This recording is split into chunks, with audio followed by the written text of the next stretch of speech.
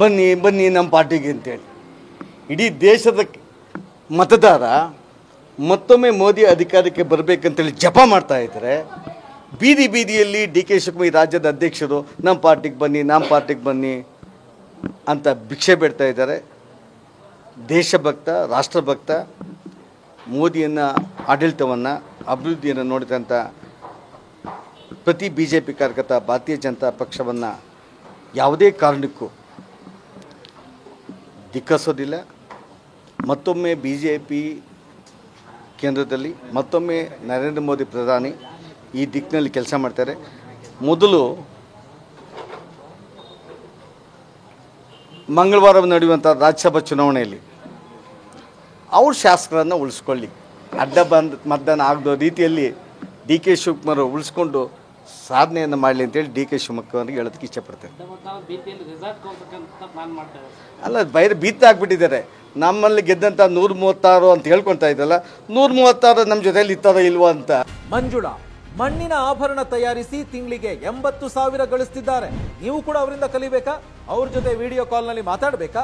ಈಗಲೇ freedom app download ಮಾಡಿ. ಭಯ ಇರೋದು ಡಿ ಕೆ ಶಿವಕುಮಾರ್ ಅವರಿಗೆ.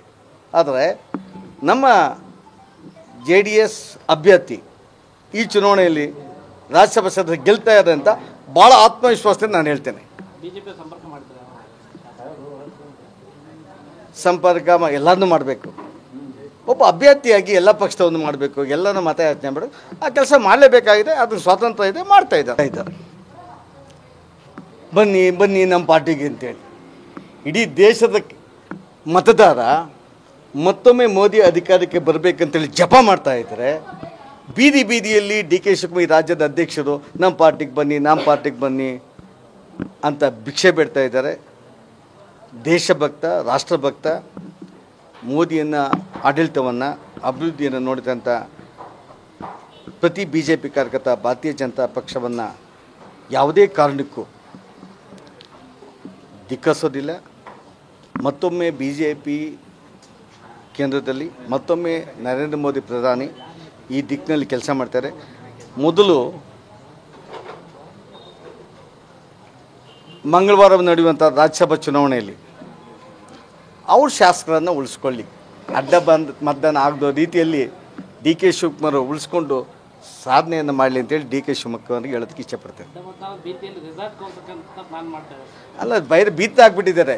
ನಮ್ಮಲ್ಲಿ ಗೆದ್ದಂಥ 136 ಅಂತ ಹೇಳ್ಕೊಳ್ತಾ ಇದ್ದಲ್ಲ, 136 ನಮ್ಮ ಜೊತೆಯಲ್ಲಿ ಇತ್ತಾರೋ ಇಲ್ವೋ ಅಂತ ಭಯ ಇರೋದು ಡಿ ಕೆ ಶಿವಕುಮಾರ್ ಅವರಿಗೆ. ಆದರೆ ನಮ್ಮ JDS ಅಭ್ಯರ್ಥಿ ಈ ಚುನಾವಣೆಯಲ್ಲಿ ರಾಜ್ಯಸಭಾ ಸದಸ್ಯರು ಗೆಲ್ತಾ ಇದ್ದಾರೆ ಅಂತ ಭಾಳ ಆತ್ಮವಿಶ್ವಾಸದಿಂದ ನಾನು ಹೇಳ್ತೇನೆ. ಸಂಪರ್ಕ ಎಲ್ಲನೂ ಮಾಡಬೇಕು. ಒಬ್ಬ ಅಭ್ಯರ್ಥಿಯಾಗಿ ಎಲ್ಲ ಪಕ್ಷದವನ್ನು ಮಾಡಬೇಕು, ಎಲ್ಲನೂ ಮತಯಾಚನೆ ಮಾಡಬೇಕು. ಆ ಕೆಲಸ ಮಾಡಲೇಬೇಕಾಗಿದೆ. ಅದನ್ನು ಸ್ವಾತಂತ್ರ್ಯ ಇದೆ, ಮಾಡ್ತಾ ಇದ್ದಾರೆ.